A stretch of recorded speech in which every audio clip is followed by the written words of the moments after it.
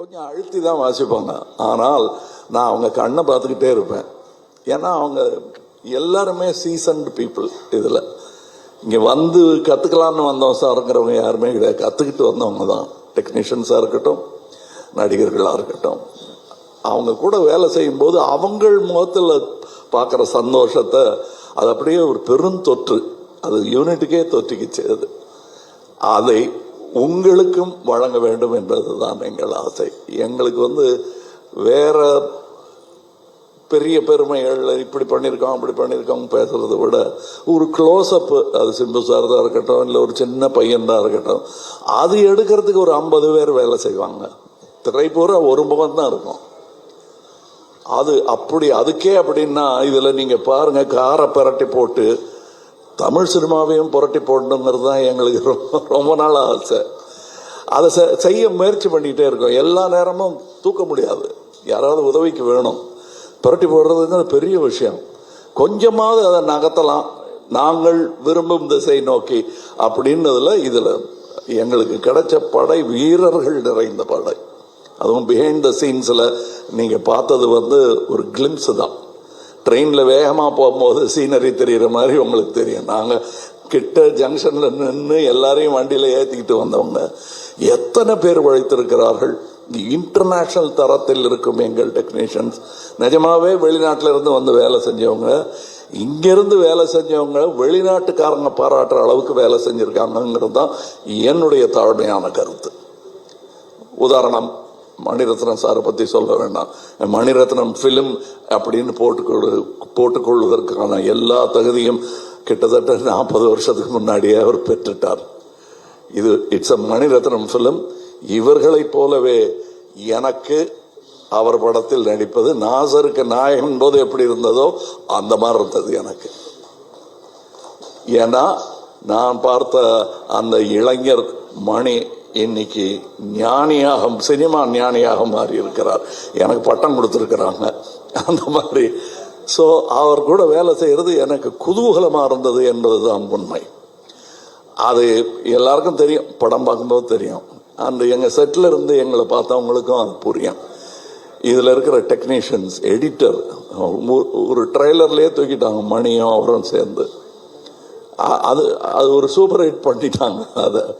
அதெல்லாம் நல்ல சிறந்த டெக்னீஷியன்கள். பதட்டம் இல்லாமல் எந்த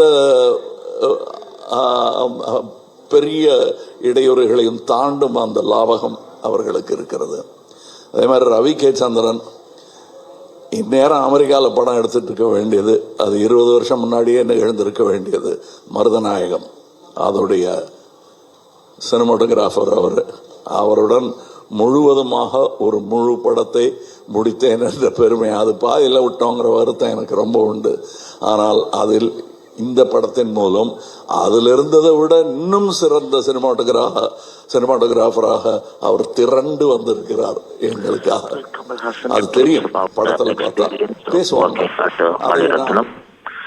Says just like the other actors in the film, for him too it was an honor to work with Maniratnam. நான் சுவைத்த விஷயத்தை உங்களுக்கு நான் சொல்லுகிறேன். வியாபாரம் வெற்றி பெறணும், அதெல்லாம் ஓகே. என் சினிமாவும் வெல்ல வேண்டும் என்பதுதான் ஆரம்ப காலத்திலிருந்து நாங்கள் அதான் ஒரே மாதிரி எண்ணமுடைய. நாங்க செட்டில் இருக்கும்போது மணி சார் ஆகட்டும், நடுவில் போய் இருக்காது. அதுவும் டெக்னீஷியன்ஸுக்கு மேலேயும் கீழே பார்த்துக்கிட்டு ஒரு மாதிரி சித்தர் மாதிரி அலைஞ்சிட்டு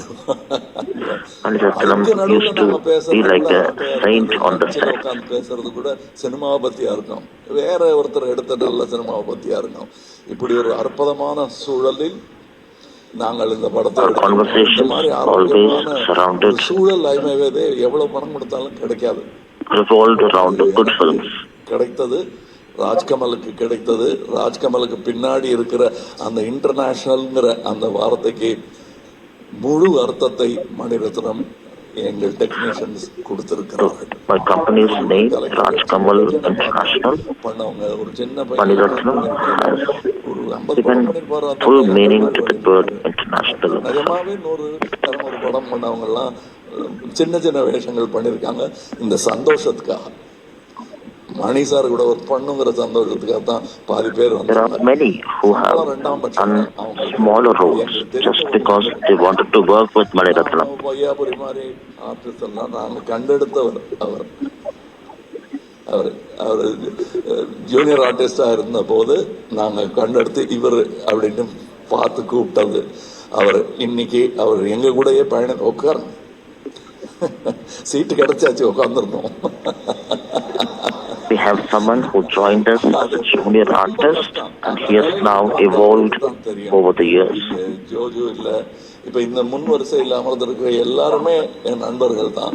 அவங்களுக்கு All இந்த those who are seated on the first row, all are my friends. நீங்க படம் பார்த்துட்டு இவங்க எல்லாம் பத்தி நான் பேசுறேன். ஏன்னா இப்ப I பேசும்போது will talk to you again after you all watch the film. அவர்கள் திறமையும் பத்தி பேசுவதற்கு இன்னொரு விழா We should speak not just mentioning their names, but also about their talent. உங்களுடன் பேசுகிறேன்.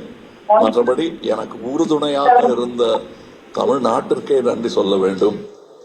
நான் மேடையில் பேசும்போது உயிரே உறவே தமிழே என்று சொன்னதற்கான I am thankful to those who have stood by me, all those people in Tamil Nadu.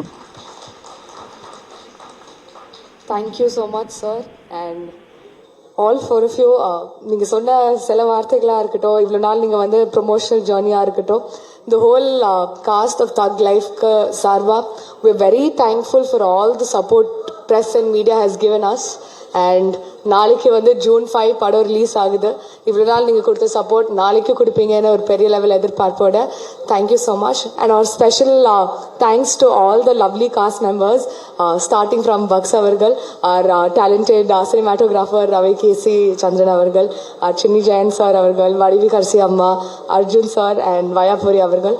ரொம்ப நன்றி for joining us today. And நீங்கள் குக் பண்ணியிருக்க மீல் வந்து நாங்கள் பார்க்க ரொம்ப எக்ஸைட்டடாக இருக்கட்டும். And I think that's the same from you all as well. Thank you so much once again. Marakama, please do have lunch and go home safe. Signing off, Akshita Das.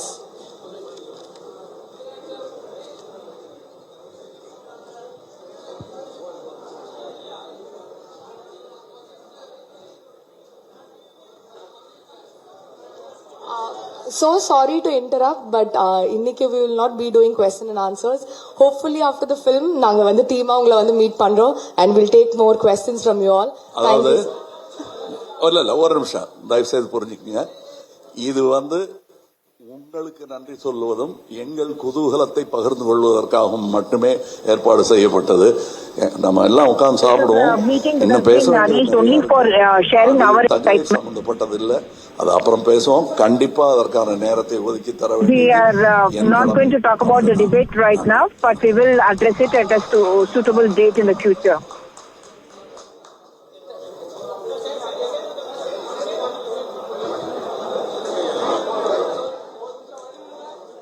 All right, that was actor Kamala Hassan. The expectation was that he would in fact speak about the controversy as far as the Kannada language controversy goes, and after the court in Karnataka came down very heavily on Kamala Hassan, asked him to apologize, asking him not to put his ego over the commercial interests of that movie. He has so far refused to do so. Let me go across at this moment to my colleague Uma Sudhir, who's with me on this story. Uma, you heard the entire press conference of Mr. Kamala Hassan. What is the gist? What do we take forward from this? He remains defiant, isn't it? So Kamala Hassan does not want to address the elephant in the room. Everyone was waiting to hear what he would have to say about the controversy that erupted in Karnataka. The protest that came up and the court case that ultimately has resulted in the film now not being officially released in Karnataka. But Kamala Hassan refusing to get into that issue right now, saying that there is a appropriate time for addressing those questions and the debate that it arose, and that they would stay with the film and the release and the anticipation and the excitement that they share along with their crew members and also with the fans. And Kamala Hassan really limiting himself to talking about the film itself, or the day before the film's release, the pre-release press conference as it is called, and that is what he decided to stick to. Back to you.